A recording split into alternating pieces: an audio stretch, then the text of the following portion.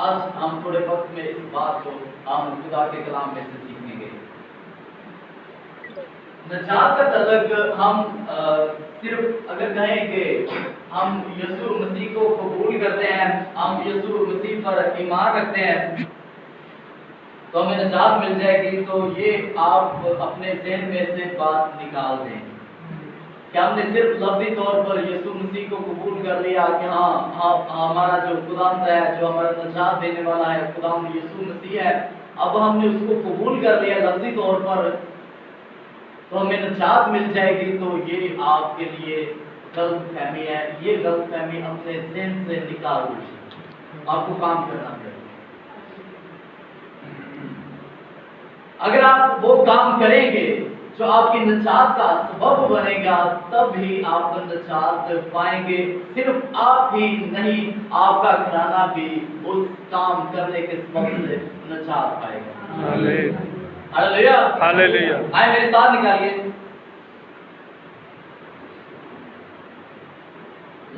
लूका की अंजील उसका 19वां बाब और पहले आए।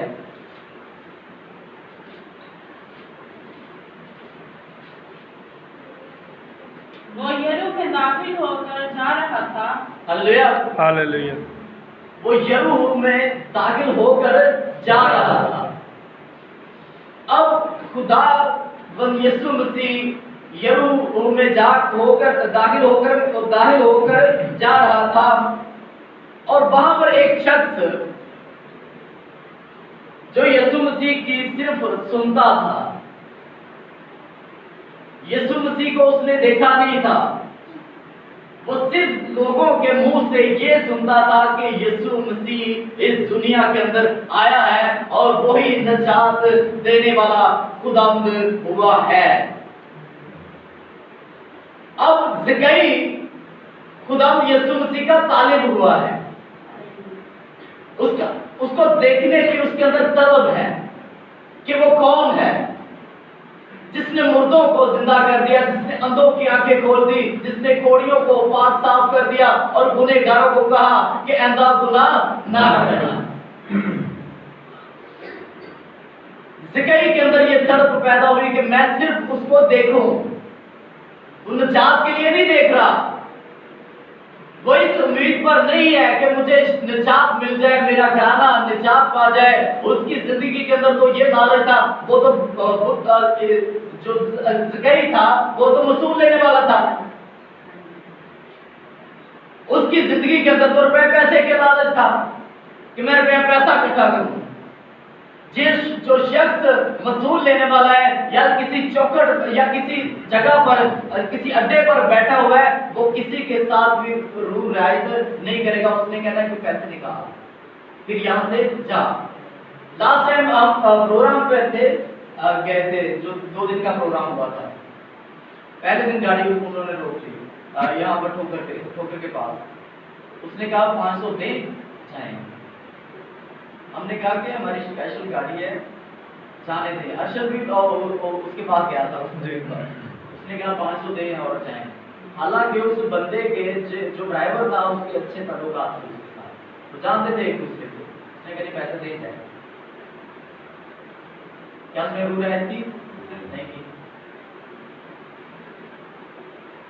जी आगे बढ़िएगा। वो यरूह में दाखिल होकर जा रहा था जी, और देखो ज़कई नाम एक आदमी था जो वसूल लेने वालों का सरदार और वो सिर्फ वसूल लेने वाला नहीं था, वसूल लेने वालों का क्या था? सरदार। आज भी मोहल्ला बाग के अंदर देखा जाए तो यहाँ पर तकरीबन 3-4 पार्टियां ऐसी हैं जिन्होंने जगह पर अपने लोग बिठाए हुए हैं ताकि उनसे वो पैसे कलेक्ट करें। यहाँ से ट्राले गुजरते हैं, जो रेत के ट्राले हैं, कोई भी ट्राला गुजरेगा, कोई भी गाड़ी गुजरेगी। एक जगह तो है, अब हम वहां से गुजरे मोटर बाइक, उन्होंने पैसे लिया इस मोलमाल के एरिया के अंदर। हम वहां से गुजरे, उन्होंने बाइक के भी पैसे लिए। हमने कहा बाइक है, आप ट्रालों के पैसे ले, उनके लेते हैं, जाना है तो पैसे दे, चले जाए। वो सिर्फ वसूल लेने वाला नहीं था, वो तो मुलाजिम था जो पैसे कलेक्ट कर रहा था। जाने किसके पास है? जो उनका सरदार है। इसके पास सारे उस एरिया का जो पैसा था वो तमाम पैसा ज़कई के पास जाता था। मालदार आदमी था और देखने की तरफ इसको इसलिए हुई कि यीशु मसीह निजात देने वाला खुदावंद है। जी आगे पढ़िएगा। वो यीशु को देखने की कोशिश करता था कि वो यीशु को देखने की कोशिश करता था कि वो कौन सा है, वो दिखता कैसा होगा। ये शख्स, अगर इसकी हिस्ट्री देखी जाए ज़कई की, तो ये शख्स रद्द किया हुआ शख्स था।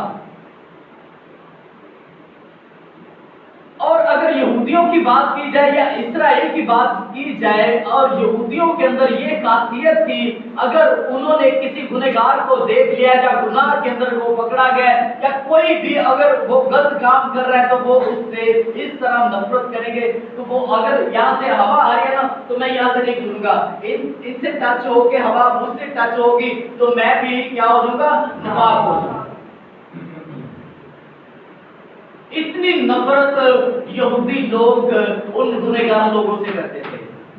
वसूल लेना गुनाह है, और वसूल लेने वालों का सरदार क्या है, वो भी तो गुनहगार है। और यहूदी इस शख्स से नफरत करते थे, इंतहा की नफरत। कद का छोटा, काम इसके बुरे, यहूदी इसको यहूदियों में ये इबादत खाने में नहीं आ सकता। हर तरफ से ये उन तमाम लोगों से कट ऑफ था। उनके इबादतखानों में उनके साथ रफाकत रखना, हालांकि ये किसी शख्स के साथ बैठकर खाना भी नहीं था। आगे जाके हम ये सीखेंगे। जी आगे बढ़िएगा। वो यीशु को देखने की कोशिश करता था कि जी। कौन सा है, जी, लेकिन भीड़ के सबब से देख ना सकता था। जी। इसलिए अब इस बंदे की कोशिश देखिए, कमाल की इसने कोशिश की है। इसका कद छोटा है, भीड़ के सबब से ये उसको देख नहीं सकता। हो सकता है वहां के लोग जब्बार हो, अच्छे बड़े, उनके कद काट हो, और ये छोटा सा मेरे जितना कद। अगर बाजी रागिल जो है मेरे साथ खड़ी हो जाए, मैं इससे छोटा ना लगूं। तकरीबन बाजी रागिल से तकरीबन 2 इंच मेरा कद छोटा है। और मैं कहूं ये मेरे सामने खड़ी हो जाए, मैं आगे वाला जो बंदा है ना उसको देख नहीं सकता। उसकी वजह बाजी रागिल का कद मुझसे क्या है, बड़ा है, और ज़कई जो है कद का छोटा है, और यीशु मसीह को देखने की कोशिश कर रहा है। अब इस बंदे ने ये कोशिश की, मैं भीड़ है तो मैं यीशु मसीह को देख नहीं सकता, क्यों ना मैं उस गुलर के पेड़ पर क्यों ना चढ़ जाऊं जहां से मेरा नजात दहिंदा गुजरेगा, और मैं सिर्फ उसका क्या करूंगा, दीदार करूंगा।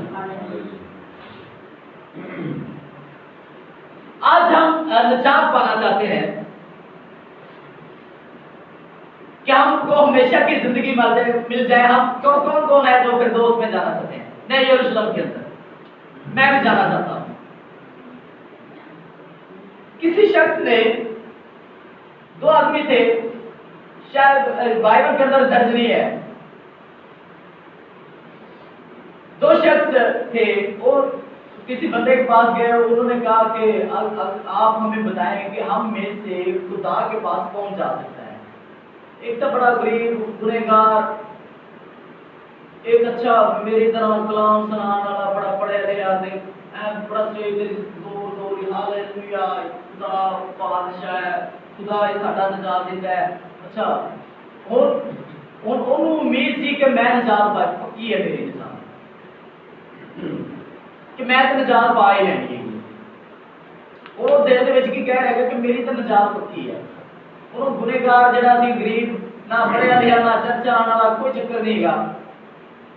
और जिहड़ा शख्स उन्होंने तरतीब दे रहा है ना, जिहदे कोल पुछ रहे दोनों शख्स सी, उन्हें कहा ये ऐ किहड़ा ना, ये तो पक्का फिरदौसी है, इन्हें फिरदौस से जाना ही जाना है। और जिहड़ा चर्च नहीं सी आंदा, उन्होंने कहा कि तू नहीं जा सकता। उन्हें कहा तू खुदा दी हजूरी से पेश होएगा, लेकिन वो तो खारिज हो जाएगा, तेनों दोजख से पेश जाना पड़ेगा। उन्हें कहा मेरे लिए सिर्फ इतना ही काफी है कि मैं खुदा दा दीदार ही कर लूं। उन्हें कहा जान मेरे कुछ नहीं, या फिर दोस्त मेरे लिए कुछ नहीं, अगर जे सिर्फ उन्हें क्या मेरे वास्ते इतना ही काफी है कि मैं खुदा का दीदार ही कर, अगर इस असी खुदा का दीदार ही कर लिए ना तो माफ है। अज तिक्कर असी खुदा का दीदार निकाले हुए हैं नहीं, ਅਸੀਂ ਤੇ ਹਾਲੇਲੂਇਆ ਗੀਤ ਗਾ ਰਹੇ ਹਾਂ, ਅਸੀਂ ਅੱਜ ਤੱਕ ਜ਼ਿੰਦਗੀ ਦੇ ਨਾਲ ਖੁਦਾ ਦੀ ਜ਼ਰੂਰਤ ਦੇ ਚੁੱਕੇ ਹੀ ਨਹੀਂ। ਆਪਣੀਆਂ ਸੋਚਾਂ ਫਿਕਰਾਂ ਦੇ ਵਿੱਚ ਹੋਏ ਹੋਏ ज़कई ने वो तमाम पैसा दौलत अपनी शोहरत वो तमाम पीछे छोड़कर कहां पर आ गया, कूलर के पेड़ पर चढ़ गया। दौलतमंद था, वो ना भी देखता उसने कहा मेरे पास इतना पैसा मैं सब कुछ ले सकता हूँ, लेकिन उसने कोशिश की कि मैं यीशु मसीह को देखना ही चाहता, और उसको देखने के लिए किस पर चढ़ गया, गुलर के पेड़ पर चढ़ गया। जी आगे बढ़िएगा। इसलिए कि उसका घर छोटा था, जी। बस उसे देखने के लिए आगे दौड़कर एक गुलर के पेड़ पर चढ़ गया। जी, क्योंकि वो उसी राह से जाने को था। उसे पता था कि यीशु मसीह इसी राह से गुजरेगा। हो सकता है यीशु मसीह ने किसी और रास्ते से भी जाना हो, उसे यकीन था कि यीशु मसीह इसी रास्ते से गुजरेगा और मैं ऊपर से उसे देख लूंगा। अगर गुलर के पेड़ की खासियत देखी जाए तो उसके पत्ते जो हैं बड़े बड़े होते हैं, अगर आदमी या कोई परिंदा उसमें बैठ जाए तो कोई भी उसे देख नहीं सकता है। ज़कई ऊपर चढ़ गया है, अब यीशु मसीह वहां से गुजर कर रहे हैं। जी आगे बढ़िएगा। जब यीशु जगह पहुंचा जी। तो ऊपर निगाह करके उससे कहा, ऐ ज़कई जल्द उतर आ। अब ज़कई की कोशिश क्या है कि मैं सिर्फ यीशु मसीह को देखूं। अब यीशु मसीह उसे कह रहा है कि ऐ ज़कई जल्द नीचे उतर आ, क्योंकि आज मुझे तेरे घर जाना जरूर है। आप यीशु मसीह को देखने की कोशिश कीजिए। यीशु मसीह आपके साथ आपके घर में जाएगा, आपके साथ इबादत करेगा। आपको निजात देने की कुदरत सिर्फ यीशु मसीह नासरी के पास है। फकत जरूरत ये है कि आप यीशु मसीह के तालिब हो जाए, उसको सिर्फ देखने की कोशिश कीजिए।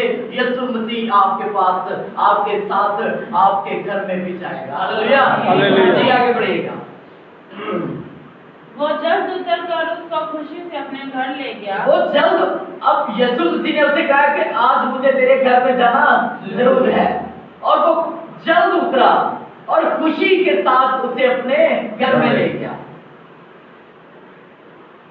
अब ये सवाल उठता है, अब यीशु मसीह को हम कैसे अपने घर में लेके जाएं या कैसे उसे खाना खिलाएं? सवाल है, कोई भी इसका जवाब दे सकता है। जी, यीशु मसीह तो हमें नजर नहीं आता है, हमें दिखता नहीं है, वो है। जी जी खुदावन मुख्तलिफ रूप में प्यार करके हमारे पास आते हैं। जी। जैसे अगर कोई साहिल हमारे घर पे कुछ मांगने आया, या उसे पानी की तलब है, या जी। उसे खाने की तलब, अगर हम वो खिलाएंगे या पिलाएंगे उसे, तो ये हमारे दिल में ईमान है कि हम खुदा को ही देंगे। बेशक यही है, बाइबल के अंदर लिखा हुआ है, जिसने मेरे भेजे हुए को कबूल किया उसने मुझे कबूल किया। और खुदा के भेजे हुए कौन है? खुदा के खादिम है। अगर हम खुदा के खादिम के साथ, खादिम को खुशी के साथ एक्सेप्ट करते हैं, और बाइबल के अंदर लिखा हुआ है जो नबी की सूरत में किसी को नबी, जो नबी है ना, उसको नबी जैसा कबूल करेगा वो नबी सा अजर पाएगा। अगर कोई रसूल को रसूल के जैसा कबूल करेगा तो वो रसूल जैसा अजर पाएगा। हम अगर कोई आपको रास्तबाज नजर आता है, तो अगर आप उसको कबूल करते हैं तो इसका मतलब है आप रास्तबाज बन गए। हालेलुया। और जो खुदाम के भेजे हुए को कबूल करता है, वो खुदाम को क्या करता है? कबूल करता है। आज हमें यीशु मसीह नजर नहीं आता, लेकिन खुदा के खादमों के अंदर, जिनके मुंह के अंदर खुदा का कलाम है, अगर आप उनको कबूल करते हैं, आप उनको खुशी के साथ अपने घर के अंदर लेके जाते हैं। आज भी अगर किसी घर के अंदर खुदा का खादिम चला जाए तो ऐसे लगता है कि वो कातिल चला गया, हम उसे कबूल नहीं करते, हम उसे पानी पिलाना भी द्वारा नहीं करते। इस तरह हम बर्ताव करते हैं, क्या आप समझते हैं इस ऐसा करने से आप निजात पा सकते हैं? सिर्फ लफ्जी तौर पर आप हम कहें कि हम यीशु मसीह को कबूल करते हैं तो ये आपकी गलतफहमी है, हमें कुछ करना पड़ेगा। जी आगे बढ़िएगा। वो जल्द उतरकर उसको खुशी से अपने घर ले गया। जी, जब लोगों ने ये देखा तो सब बुड़बुड़ा कर कहने लगे। जब लोग क्या कहते हैं आप लोगों की ना सुने, आप वो करें जो आपको खुदा गाइड करता है। बाइबल के अंदर लिखा हुआ है जितने खुदा की रूह की हिदायत से चलते हैं वही खुदा के बेटियां और बेटे हैं। अगर हम यीशु मसीह को कबूल करते हैं और उसके हुक्मों पर अमल करते हैं, जो खुदा हमें हिदायत करता है उसके मुताबिक हम अमल करते हैं, तो हम खुदा के बेटियां और बेटे हैं। और जो खुदा की चीज है, जो खुदा पूरी दुनिया खुदा की है, अगर वो पूरी दुनिया खुदा की है तो इसका मतलब है पूरी दुनिया की हम भी क्या में मालिक हुए। हम खुदा के क्या हैं? बेटे और बेटी। ये कानूनी तौर पर हमारा हक है जो आज भी हमारे पास नहीं है। अगर आज भी हम गुर्बत के अंदर है, गरीबी के अंदर है, लाचारी के अंदर है, हमारे पास खाना पीना कोई चीज नहीं है, हालांकि कि हमारे पास पहनने को कुछ नहीं है, इसका मतलब है आज तक अभी तक हमने खुदा के बेटे पर वो हमने ईमान नहीं रखा कि जो हमें रखना चाहिए, जिसके सबब से हम खुदा को बाप और हम इस पूरी दुनिया के मालिक बन सकते हैं। और बाइबल के अंदर तो ये लिखा हुआ है जिस जगह तेरे को कदम टिकेगा वो जगह तुझे दे दूंगा। आज हम एजुकेशन के अंदर देखा जाए तो हम एजुकेशन के अंदर हमें कामयाबी नहीं मिलती, हमें जॉब प्लेस पर हमें कामयाबी नहीं मिलती। हम किसी जगह पर खड़े हो जाए हम वैसे ही खेल देते हैं सब कुछ। क्या आप समझते हैं कि खुदा हमारे साथ है? जी आगे बढ़िएगा। जब लोगों ने ये देखा तो सब बुड़बुड़ा कर कहने लगे कि वो तो एक गुनहगार शख्स के हाथ जा उतरा। अब उस गई को लोग क्या कहते हैं? गुनहगार। वो गुनहगार कहते हैं, लेकिन यीशु मसीह जिसमें से पाकीज़गी निकलती है, जो उसे छू लेता है वो शिफा पा जाता है। जो कोड़ का अगर देखा जाए तो ये नापाकी को जाहिर करता है, अगर कोड़ी उसको छूता है तो वो पाक साफ हो जाता है। इसका मतलब है उसको छूने से, और यीशु मसीह तो जगह के साथ उसके घर में चला गया है। लोग उसे कहते हैं कि ये गुनहगार है। यीशु मसीह में से इतनी पाकीज़गी निकलती है कि वो तमाम गुनाहों को धोकर पाक और साफ करते हैं। अगर उसको छुआ ही ना जाए तो सिर्फ उसके साथ बातचीत ही की जाए तो आप उस तमाम गुनाहों से शिफा और निजात पा सकते हैं। हालेलुया। जी हालेलुया। और जक्कई ने खड़े होकर खुदावंद से कहा। अब जक्कई की मोहब्बत देखें, लोग क्या कह रहे हैं वो लोगों की नहीं सुन रहा है। लोग क्या कहते हैं ये आप सोच में से निकाल दें। लोग आपको कभी भी एक्सेप्ट नहीं करेंगे। आपके घराने के लोग आपको एक्सेप्ट नहीं करेंगे। आपके घराने के लोग आपको तानाशाही का शिकार बना देंगे। ये आप बड़ापादी बन गए, आप आदरानी बन गए, ये नवखरा सवेरे सवेरे तो लोग क्या कहते हैं ये सोचना छोड़ दीजिए। आप वो करें जो आपको अच्छा लगता है और खुदा के कलाम के मुताबिक है। अब जक्कई की बात सुनिए जी। और जक्कई ने खड़े होकर खुदावंद से कहा। जी, लोगों से नहीं कह रहा है, वो खुदा के बेटे को कह रहा है कि ऐ खुदावंद, आगे बढ़िएगा। ऐ खुदावंद, देख मैं अपना आधा माल गरीबों को देता हूँ, और अगर किसी का कुछ नाहक लिया है तो उसको चुगना अदा करता हूँ। अब इसका काम देखें, सिर्फ यीशु मसीह इसके घर के अंदर आया है खाना खाने के लिए कि आज मुझे तेरे घर जाना जरूर है। इसने खाना पेश किया और अब इसका अमल देखें। खुदा ने नहीं इसको कहा, यीशु मसीह ने कहा है कि तू ये कर, नहीं, ये खुद अपने मर्जी से ये सब कुछ कर रहा है। आपको कहने की जरूरत नहीं है, आप पढ़े लिखे लोग हैं, आप समझदार लोग हैं, आपको पता है कि हम क्या करेंगे। आदमी का ज़मीर उसका क्या है? चिराग है। आपको पता है हम ये काम करेंगे हम निजात पाएंगे। इसको पता था मैं ये करूंगा तो खुदावंद के हुजूर में मैं शादमानी हासिल करूंगा। हालेलुया। जी बढ़िएगा। यीशु ने उससे कहा, आज इस घर में नजात उसने आई। अपना तमाम माल, आधा माल उन तमाम गरीब लोगों के अंदर बांट दिया। उसने कहा कि मैं अपना आधा माल जो है वो वसूल लेने वालों का क्या था, उसके पास कितनी दौलत होगी, बहुत दौलत होगी, वो बहुत दौलतमंद आदमी था। उसने कहा मैं अपना आधा माल जो है वो गरीबों को देता हूँ, और अगर किसी से नाहक ले लिया है तो मैं उसे 4 गुना अदा कर दूंगा। अब यीशु मसीह के अल्फाज ने जी, यीशु ने उससे कहा आज इस घर में नजात आई है। यीशु मसीह ने कहा कि आज इस घर के अंदर क्या आई है, नजात आई है। आप ये कह सकते हैं कि हाँ मेरे घर के अंदर खुदा की निजात आई, बड़े फख्र के साथ। हम ऐसा करते ही नहीं।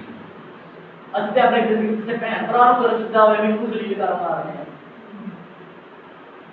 खुदा एक ऐसा खुदा है जो देकर जताता नहीं है। यीशु ने कहा कि आज इस घर के अंदर निजात आई है। आप ये करना, 3 काम करना शुरू कर दीजिए। यीशु मसीह के तालिब हो जाए और अपना माल, आधा माल गरीबों को देना शुरू कर दीजिए, और किसी का नाहक ले लिया है तो 4 गुना अदा करना शुरू कर दीजिए। खुदावंद आपको निजात देगा।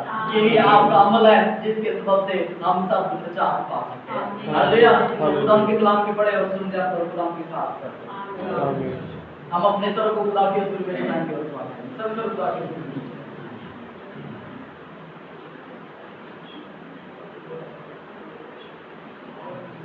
एक मिनट के लिए अपने आप को खुदा के हुजूर में पेश कर दीजिए।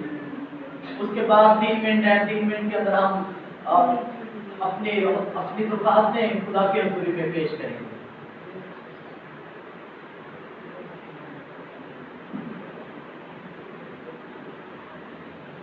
अगर अभी तक हमारे घर के अंदर निजात नहीं आई है तो खुदा से कहिए, खुदा के बेटे के तालिब हो जाएं, खुदा के नाम को जलाल देना शुरू कीजिए। Hallelujah, hallelujah. खुदा को मुबारक कीजिए। खुदा जो भला है और उसकी शफ़क़त अब्दी है, जलाल दीजिए खुदा को। खुदा जो मुहीब खुदा है, अपने तमाम कुदरत को अपने हाथ में लिए हुए हमें निजात बख्शता है, जो हमें सिरों की तरह जलत कराता है, जो हमें हर जगह पर हमें इस्तेमाल करता है, जो तमाम कायनात का मालिक है, खालिक है, राज़िक है, तमाम चरिंद परिंद उसके है, पूरी कायनात उसी की हाथ की कारीगरी है। उसको जलाल दीजिए। सभी ज़बानें खुदा के नाम में गूंज जाएं। खुदा को जलाल दीजिए। खुदा मुहीब खुदा है, खुदा तरस और रहम से भरा हुआ खुदा है। खुदा किसी की हलाकत नहीं चाहता। खुदा चाहता है कि हर एक की तौबा तक नौबत पहुंचे। सभी ज़बानें खुदा के हुजूर में गूंज जाएं। दुआ कीजिए, दुआ कीजिए। आपके सब आपके लिए निजात का सबब बन सकते हैं। अपने मुंह को खुदा के हुजूर में खोलिए, दुआ कीजिए। आप जब दुआ करेंगे खुदा की रहमत में आ जाएंगे। दुआ कीजिए, दुआ कीजिए। Hallelujah, hallelujah. अपने घराने के लिए दुआ कीजिए। खुदा से कहिए कि मैं और मेरा घराना हम यीशु मसीह के तालिब हो जाए। हम खुदा के नाम को जलाल दें। हम खुदा की कोशिश करने वाले बन जाएंगे।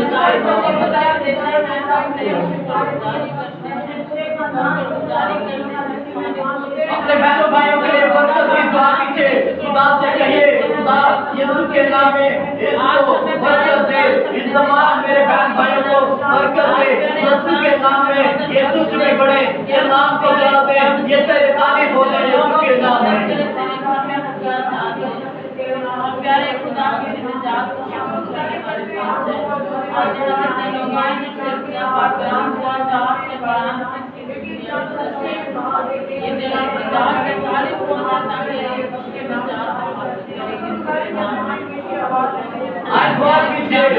कल तमाम लोग जो इस समस्या के अंदर हैं, जो खुदा के तालिब होना चाहते हैं, वो खुदा की हजूरी में कल सुबह 5 बजे हैं और खुदा के जलाल को और खुदा की कुदरत को देखें। दुआ कीजिए। आप जिन लोगों को जानते हैं उनके लिए दुआ कीजिए। वो तमाम लोग आएंगे आपकी दुआओं के अंदर आपके लफ्जों के अंदर